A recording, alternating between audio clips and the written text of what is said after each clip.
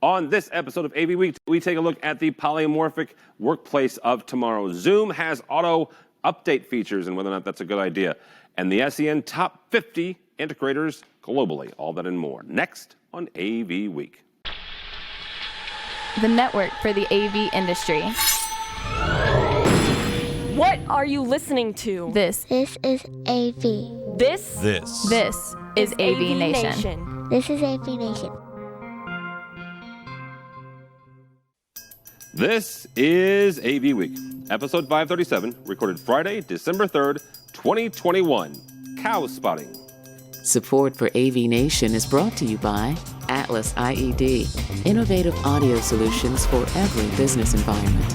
And by Atlona, the go-to provider for AV signal distribution and control in corporate, higher education, and residential spaces.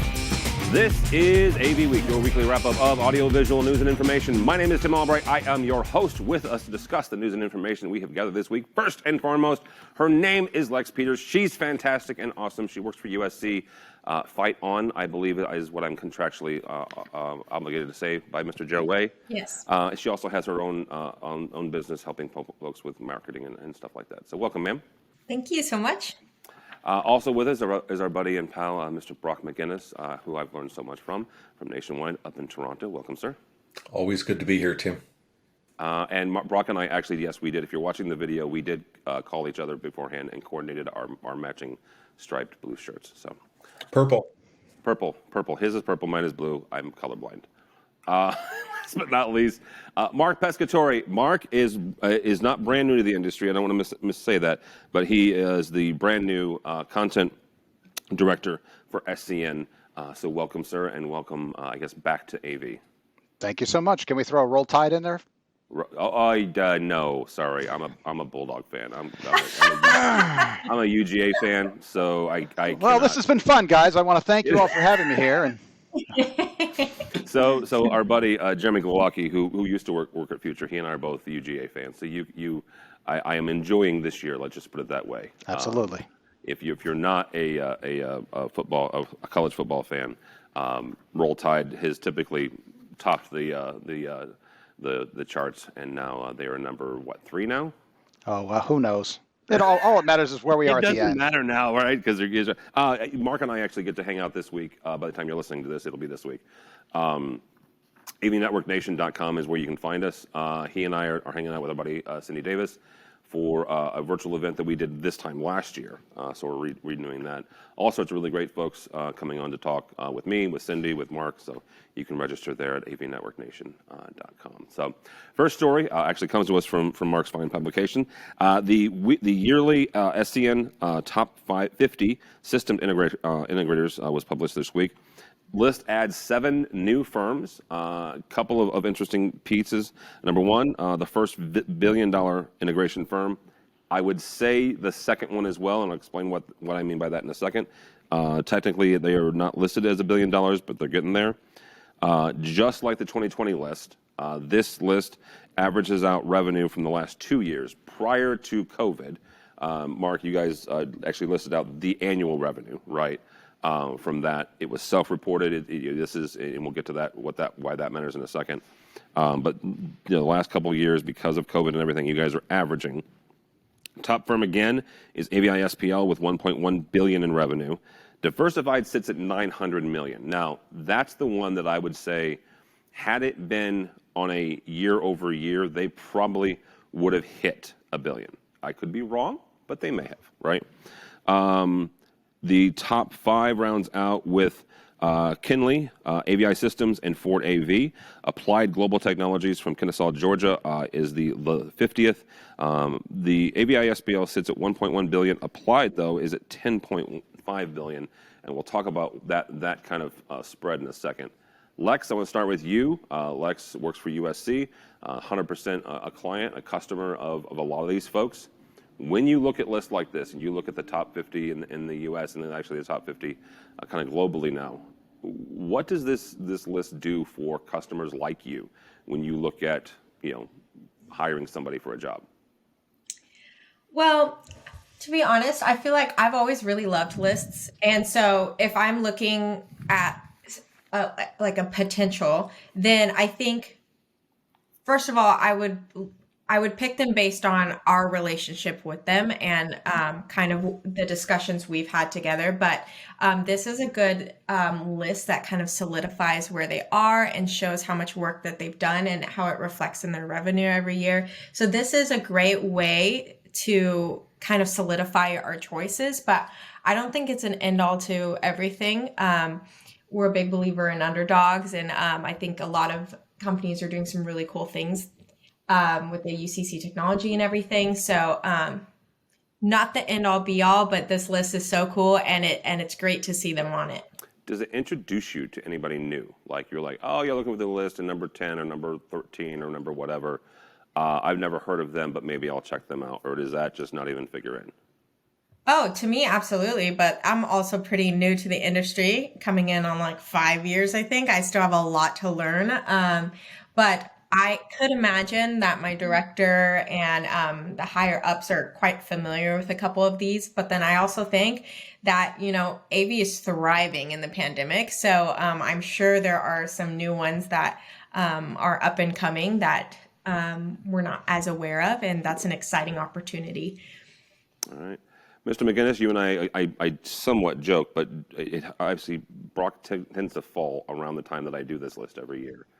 And we've had this conversation every year. We've had this conversation before. And I mentioned the fact that this is a self-reported list, right? Mark and his team does not have access to financials of AVI Systems or AVI SPL or anybody else. This is self-reporting. This is the first year that I have to make a slight disclosure. I work for CTI. We did not submit, right? So Brock, from your perspective, and you've worked for some that have and some that haven't, why would a company self-report, or why would a company choose not to? So the choosing to report is easy. This is fantastic marketing. And my LinkedIn feed over the course of the past week has been absolutely filled with people thanking their employees for their dedication and, of course, all the money they made. And it's terrific. I mean, like Lex said, people do love lists, and there are some folks chasing really hard. Personally, I like digging into the details of the list. I typically run a little spreadsheet. I want to find out what people's average installation size is. I want to find out what their revenue per employee is, and to a certain extent, it's cow spotting, because if you can find the cows, you can find the cow patties. Okay. Because the business models seem to be very different. A company like AVI SPL averages $111,000 per installation. Diversified, based on their self-reported numbers, averages $36,000 in installation. Well, I know that's not true. Diversified does huge projects all over the world and does them very, very well. But what it says to me is that Diversified is doing a lot of box sales, right? That there's tens, if not hundreds of millions of dollars that don't impact actual installations. Revenue per employee is a similar thing. But I dig through them. I find new companies. I grieve for the companies that have fallen off or off the list from year to year and been consumed. I actually, spent a lot of years at a company that would have qualified to have been on that list. But like your firm, Tim, no way were we giving our competitors that much information about ourselves. Yeah. And I think that you just answered the second part of that question, right? Which is, why would someone choose not to? Absolutely. Right. Not that the list is important, and we'll get to Mark in a second, but because it does make great marketing, right? And we mentioned the fact, Brock mentioned the fact that some folks are not on that list. One I'll point out that was consistently on that was HB Communications, which was the most recent acquisition that Diversified made. That if revenue was the same year to year, that's kind of why I said Diversified should have been pushed over a bit over $1 billion, and most likely they'll make it next year, right? They'll make $1 billion next year. So. Mark, we'll bring you in on this. I kind of half jokingly, you did not make this list. You were brought in as it was kind of being made. But one thing that I want to look at for a second is the spread here, right? You have basically roughly $990 million between number 1 and number 50. You have a great spread between number 1 and number 5, quite frankly, right? It's once you get down to that 5 level, you've got, then you're getting to the hundreds of millions and below. Brock mentioned also the business model. The top 2 are private equity, right? And then you've got AVI Systems is employee owned, right? So you've got a couple different business models here. What do you make of that spread between the 1.1 billion, right, down to 10 million, and the fact that we've got 50 different companies in that spread? Well, I think it's a good question. And one thing I think it's always important to note, and something both you and Brock have brought up, is the fact that not everybody participates. Okay. Before I took this job, I was in PR, and one of my clients was a systems integrator. And for years, I could not get them to get on this list. They didn't want to share their information. Yeah. Finally, they did, and then I got this gig. So, but that worked out nicely. That wasn't me, but they finally agreed to share their information. But the fact is, a lot of companies aren't on this list because a lot of companies don't want to share that financial information. Again, this is all on the honor system. They're not going to let me go through the books.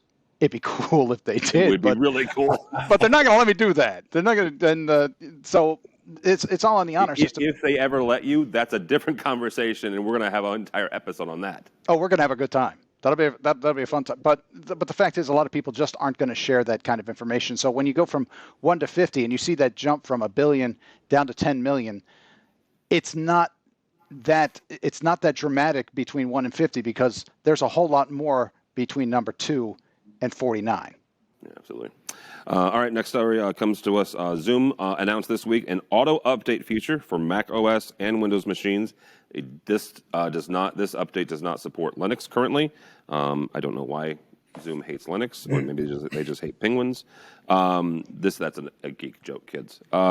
This allows for machines to keep up with their software up to date for security and features. For individual users, it will be on by default, and I'm going to touch on that in a second. But for enterprise customers, those features are managed by your IT team. Brock, we're getting more and more into software and cloud-based systems when it comes to things that are feeding into AV systems, or things that are connected to the AV systems, or providing mission-critical components of AV systems. What are the dangers, and then what are the benefits of things like auto update, regardless of whether it's for feature sets or it's for security reasons? They start jacking around with the software here, and they change something, and suddenly X doesn't talk to Y anymore, right? Talking with somebody about Microsoft about a week or so ago, and some of the updates that they do, like with their OS, that sometimes jacks with Teams, and that's a system that they own both of, right? Let alone making sure that your software codec talks with your UC device. So what are the dangers, but also what are the benefits of this? Well, I'm hoping that Mark or Lex can come up with benefits. Because I don't think I'd sign a EULA that forced me to take an auto update. Okay. They're a POCs, and not every update that a manufacturer thinks is important or a software company is important to a user. What is important to users in audiovisual are stable systems, and a typical system might have programmable devices from 3 or 4 or 5 different vendors, and somebody pushes an update and it breaks the system. The other part of it is just the inconvenience. When does an auto update load? An auto update loads when you go to use that software. It doesn't load in the middle of the night. It doesn't load in the background. I play a Thursday night poker game. I missed the first game last night, or most of the first game, because my poker app needed an auto update, which crashed the app, forced me to shut my system down, and then reload an app that I've had for a long time. So the good part about that is that I lost less than I usually do. But I think auto updates are a pox. But that could just be me. I don't think it is. I don't give my opinion much on this show, but I would agree with you in for the vast majority of it. Mr. Pescatore, take a look at this, and when you look at auto updates and making sure that systems are running and they're up, who is taking responsibility for the security and for the I guess the continued functionality of these systems? Well, it's funny you say that because I have to go back to my production days, and I remember we'd have a something that ran via computer, and you're sitting there going, why are you still using Windows 95 or something like that? It's been updated several times. Then why is that? And they say, because it works. Don't touch it. And that's always in the back of my mind with these auto updates is people don't want to change what works because what happens if it doesn't work when you change it? And as an integrator, Brock, I imagine this has got to drive you guys nuts because suddenly out of nowhere, customer B is saying, we didn't do a thing. I swear we didn't do a thing. We just updated ... Mm-hmm. And everything falls apart, right? Yeah, we had 34 Air Medias week before last go down in an installation because of an IT change that they wanted us to come in and, of course, fix for free.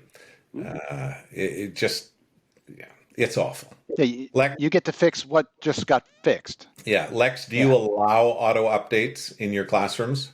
I believe right now, from what I've heard, we do not have auto updates, but it is hard for us to update all of them for some reason because of security and integration and all of that. So we were having an issue with us needing to update and it wouldn't update. So me personally, just personally, aside from USC, I love auto updates. The new iPhone update today was so cool. So I always think it's fun because I love new technology and I love figuring out the new features. But I would say, just like you said, Brock, like in the classroom, we need something that's steady and that new users, like faculty and teachers, they don't want to come in and just have a new thing and have to figure out in front of class. I had the luxury of being in bed, looking at my new update and looking at the new features, whereas, they're in the middle of, at the beginning of their class and they want to just teach and get on with their lesson plan. So I see it as being quite problematic for the school environment, but it is exciting because we love updates and we love, because usually updates are based on feedback and customer feedback is important and listening to that feedback and making it better. Imagine if we still had Skype, like Zoom is just already so much better based on feedback and ways we wanted to make it better. So, but I would love a little more transparency from them to integrators. Like Zoom is already such a huge element in today's work environment, and so is Teams. So why aren't they working with the very technologies, with the companies that support their technology in universities and all these workplaces? There should be like a place where they can, read about the updates coming up, so maybe they can be on the front end of it and be able to make sure all of it's seamless. But, that's just, I feel like that's dreaming, but that'd be really cool if we had a central sort of communication there. I don't think it's dreaming because there are partner programs, right? So we've covered stories like this before where this manufacturer or that manufacturer is Zoom certified, right? Okay, and they get updates. Teams. And they get kind of in the back end, and they get some vision, but that doesn't help when either the software company is moving too fast, right? Because it's a security issue. Or they don't let them know everything, and then they push it out, right? So that's where, hardware manufacturers, they do need to have a little bit of flexibility to, okay, now they've got the patch now let's put it through the paces, now let's put it through the hardware paces and adjust anything so they can do firmware updates when you do the software update. Yeah. All right, speaking of hardware manufacturers, Poly has unveiled a report detailing their view of the new workplace in 2022. The three main predictions are anytime working, which I find fascinating, and as opposed to 9 to 5, right? So anytime, and the next part of that is anywhere working, so working anywhere you want. And then an increase in quote unquote polymorphic offices that lean more on tools, not toys. Now, besides the fact that Poly decided to use the term polymorphic, which good on them. Great marketing. That really, but what they're really talking about is this is workspaces that allow for an increase in flexibility, not just in the number of workers, but also kind of in the types of connectivity that you want to do. Mark, we'll start with you on this. When it comes to Poly's report, what else can we look at? What else do we see coming down the pipeline as we ostensibly get out of COVID? And I will continue saying that until we are out of COVID. Omni, Mani, Chrome notwithstanding, we are going to get out of this. We will get back to work, but it will be different, right? So what else do we see coming down? Well, they're talking about these working at different times and not working within the typical 9 to 5 workday. As someone who's worked from home for 20 years, I call that Tuesday. I mean, this is not a new or exciting development. So you and David Danto, I swear, are brothers, right? Because he's been saying the same thing. I've been working at home for 20 years. This is nothing new. Sorry, go ahead. It is nothing for those of us who have been working from home as long as we have. Now, for some people, this sudden change to a hybrid workplace was, oh my gosh, this is wonderful. This is the greatest thing. I think I'll take a nap. They're learning about all these different things they can do. But what I've found is that for the most part, if you're working from home, you're working more hours than you are in the office. You really are, I think, because I know what happens to me. Cook dinner and go, okay, guys, I'm just gonna check my email one more time, and then I come out 90 minutes later, because that's the nature of working from home. So I don't really see that as something new. I think what's interesting is that so many more people are going to do that and realize there are benefits to working from home, but there are also detriments to working from home. All right. Lex, I'm going to pick on you for two different reasons. First of all, Lex also works from home now, right? And but from that aspect, what do you see? In addition to that, what do you see this whole? And I love the term polymorphic. Besides the fact that Poly used it, I just think it's a cool word. Do you see that impacting the classroom or education in any way, shape, or form, or is that going to be y'all got to come back to the classroom so I can stand in front of the lecture hall and I can use the chalkboard? And that's just how it's going to be. Oh gosh. I would say from the university standpoint, I think a lot of people are still kind of stuck on the being in person thing. And a lot of there's kind of two parties. And one party is your education is not as good unless you're in the classrooms. And then the other party is your education's fine anywhere. And now more than ever, hybrid education or fully virtual education is just as good as in-home or as university education. It allows that for people to pick. In universities, I think a lot of people have to come to terms with being open to both sides and communicating that. If everybody isn't on board, I don't think it's going to work as well as it needs to work. So I think there needs to be more education for teachers on how to properly teach a hybrid classroom because it is a little bit different. There are different features that need to be thought of and different things that need to be accommodated for. So I think hopefully when they're getting their credentials or whatever for teaching and becoming a professor, I hope that that's a regular part of the education because as much as we can provide technology, it comes to the art of teaching. And I think we've solidified the in-person lecture, but I think we really need to learn about the hybrid environment.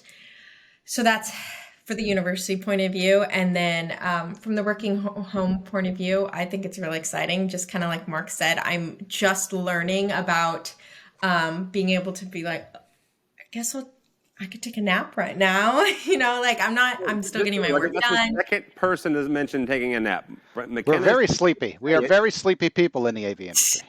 I don't. Well, when you're at home, you're comfy. You're like, why not? No, I don't usually nap. I go to the gym in the middle of the day, There we and then go. I feel guilty because I'm like, if I was at work, I wouldn't be able to do this. But then, like I woke up earlier and I walked from bed to here. I didn't do any, and I worked and I didn't do any of the traveling and all that. So it's like it equals out in the end. But it is weird seeing that flexibility. But it is very cool. In the article, it talks about how a lot of people are going to openly look for other jobs if workplaces don't offer a hybrid environment. And I'm totally agree. I would be in that ballpark too. It just, some things work for some people and some ways of working doesn't work for others. So I think it's important to have both and realize that people can be just as productive. I wonder though, you mentioned about the teachers with the hybrid environment. Are your instructors struggling with that? I think at the beginning, of course, I'm not in these classrooms, but from what I've heard and what also a little bit of some assumptions, I think people are very used to, like these teachers will have this curriculum and this lesson plan that they have for a semester planned out, and they've been teaching this class for 20 years. Sure. Right. And so you update that, but then it's still a little bit different because now it'd be nice to have not just you writing on a chalkboard or a whiteboard, but a digital element to it for students, being able to accommodate students who are sick and can still attend a classroom when otherwise they wouldn't be able to come in, and there's a no missing attendance policy, and it works differently these days. So I think they're rediscovering how to do that, and I just think it's a little bit sad because I don't think every teacher is excited about the hybrid environment. So when you're not excited about something, how willing are you to make it change and make a really good change to adapt to it? That's a little bit hard. So trying to keep it as exciting as possible for the professors and really show them all the opportunities we have there. It's getting better, but I think there are some who just don't like the change and some people who are excited about the change. And hopefully we get everyone on board. All right. Mr. McGinnis, you'll have the last word on this. How do you design for this? How do you design and sell this when it comes to these new polymorphic spaces? When you have to account for every possible connection, I guess. No, you don't. Okay. We, as an industry, we made that mistake for years, giving users 19 different options how they could use any given facility, and as a result, floors were like cheesecloth with all the floor box connections in it, and 96-way matrix switchers, and way too complicated. As I understood the polymorphic is that offices are going to be used differently, right? The key word is not the poly, it's the morph. This is not a desk that I'm going to go and sit down at every day from 9 to 5. Sometimes that's going to be a meeting room. Sometimes it's going to be a personal focus workspace. But I think that and certainly the clients that I've been speaking with, it's about having a lot more open spaces that can be used for a large group, a combination of small groups, or just lounging. People being able to work in a comfortable mode rather than, here at the keyboard at your desk. Once you get used to working at a Starbucks or working at Lex's gym, the office seems almost too structured and a place where creativity and real live human-to-human communication might be squashed a bit. Well, just like you said, mine also, I just want to add in real quick, is dressing. I get to dress really comfortably, and that makes me happiest. I am more creative, period, than when I'm in a suit at work. Oh, yeah. Wearing pants really bugs me now. Please do not move the camera. Please do not move the camera. But Tim, these are fascinating times. Because I started my work career with a tie. Yeah. And I wore a tie every day, and the evolution through just giving up the tie was freeing, and now being able to give up pants is it's spectacular. But we have to make the office space both comfortable for folks and give them a real strong reason to want to work there. I have a client in the accounting world. And they employ a lot of people between 22 and 32, right? The actual bulk of their workforce, they're a bit like a puppy mill. They're hiring all the time. They're training all the time. They're working people through. That employee group is very strongly telling them that they want to come back to the office. They want the social aspect. They want to get out of the condo that they share with 3 other people. They want to get out of mom's basement. And they want the energy and the other aspects of working as part of a team and working with a group. So these are the things that we're designing for. And even we had our first in-person lunch and learn this week. Oh, wow. On Wednesday, but we did not gather in a boardroom. We have a great big showroom. And we sat around on comfy couches. There's a, can I say big ass on TV? Sure. There's a big ass LED wall at the end. Everybody was 6, 8, 10 feet apart. People had lots of space, comfortable. There was no dress code, Lex, and nobody went home after lunch. Everybody stayed around and talked. Because we've so missed the water cooler and the collaboration and that personal touch, getting caught up on people's kids and and what they think about their football team and all this kind of stuff that there's no time for generally on structured Zoom and Teams calls. So Poly is going to be. A workplace is going to look very different to different people at different times. All right. That'll be a good place to stop. Thank you all so much. Lex Peters from USC and Ripple Studio. How do people connect with you, ma'am? At Nice One Lex on Twitter. Mr. McGinnis, thank you, sir, as always. How do people connect with you or nationwide? At Brock McGinnis on Twitter is great. And generally you can find me, just Google and I'm there somewhere. Don't Google me. Don't Google? My name is like a stripper and a volleyball player. I don't really come up. Oh, that's beach volleyball. Just really quickly, it's 2 separate people? Yeah. Okay, I didn't know if it was a stripper and volleyball player. Volleyball player. Yeah, okay. No. 2 different people, but yeah, definitely not me. The fact that Brock's not wearing pants has still got me. All right, I'm just going to put that. Mr. Pescatori, thank you, sir, and congratulations again on the gig at SCN. How do people connect with you? Actually, we'd love it if they connected with us on LinkedIn. We have a brand new systems contractor news page. And by the way, this is a vertical stripe industry. I don't know where you've come from, but if you're not watching the video, Mr. Pescatori has a horizontal striped sweater, whereas Brock and I apparently we're following the rules, and we are. Those horizontal scroll lines are just not good. I was worried about the ziggies, man. Yeah, I was worried about the zigzags. Right. And I mentioned the fact that you can catch Mark and I this week, this Thursday actually, on the AV Network Nation virtual event. You can get hang out with us, and some really, really smart people. For me, for Tim Albright, don't follow me on the Twitters because I legitimately am just it's Bears season and it's just horrible. But go by the website if you would please, avnation.tv. That's avnation.tv. You'll find this program and a host of others. And by the time this posts Monday morning, the AV Nation Annual Reader's Choice Awards nomination process will be open. So here's how you do that. This is how it works. You go to avnation.com /avnation-best-of-2021-awards, or you're just going to go to this episode's page and Mitchell's going to put a link. There you go. So you are going to nominate whoever you want for whatever you want.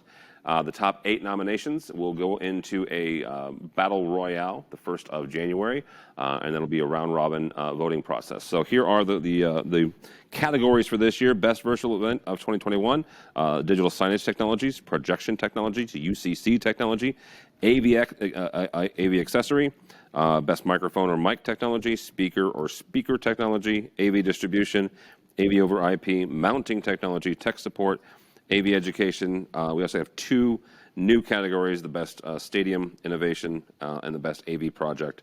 And of course, the AV Nation AV Professional of the Year. Mr. Neto has won. Mr. Joe Way has won. Our buddy from Ireland has won as well. So take a look and nominate whomever you'd like. You can nominate Brock. You can nominate Lex. You can nominate Mark. You can nominate anybody. The only person... If I won, that would be so confusing. The only person you can't nominate is me. And I guess technically you could nominate me, but it doesn't matter. I will not be up there. So I think we need a new award this year, Tim. For what? Actually has stock. Yeah. I'm not sure how snarky I want to get. So, but yeah. So you've got Neto's won twice, Justin Dawson's won once, and Joe's won once. Joe A's won once. So you know what? Let's get a woman up there. Actually, nominate nothing but women for this award. Okay. Amazing idea. Nominate nothing but women. Oh my gosh, there's so many fantastic women. I don't know. Mark Coxon has been waiting his turn very patiently. He's not a woman. He'd give it up for a woman. He's not a woman. I mean, No. he's pretty. He'd give it up for a woman. Mark's pretty, but he's not a woman. That's And I just fair. said that while I'm recording. So hey, what are you? But is he a stripper volleyball player? He could be. That's, you know, He's kind of tall. And he could totally. He could be if he could wanted to be. If he wanted to be, yeah. All right, so yeah, go by the website. I've gotten myself enough trouble now. avnation.tv. That's avnation.tv. Find this, find the awards, nominate whoever you want. Find our other podcasts as well. So all that and more at avnation.tv. That's avnation.tv. Thanks so much for listening. Thank you so much for watching. That's all the time we have for AV Week.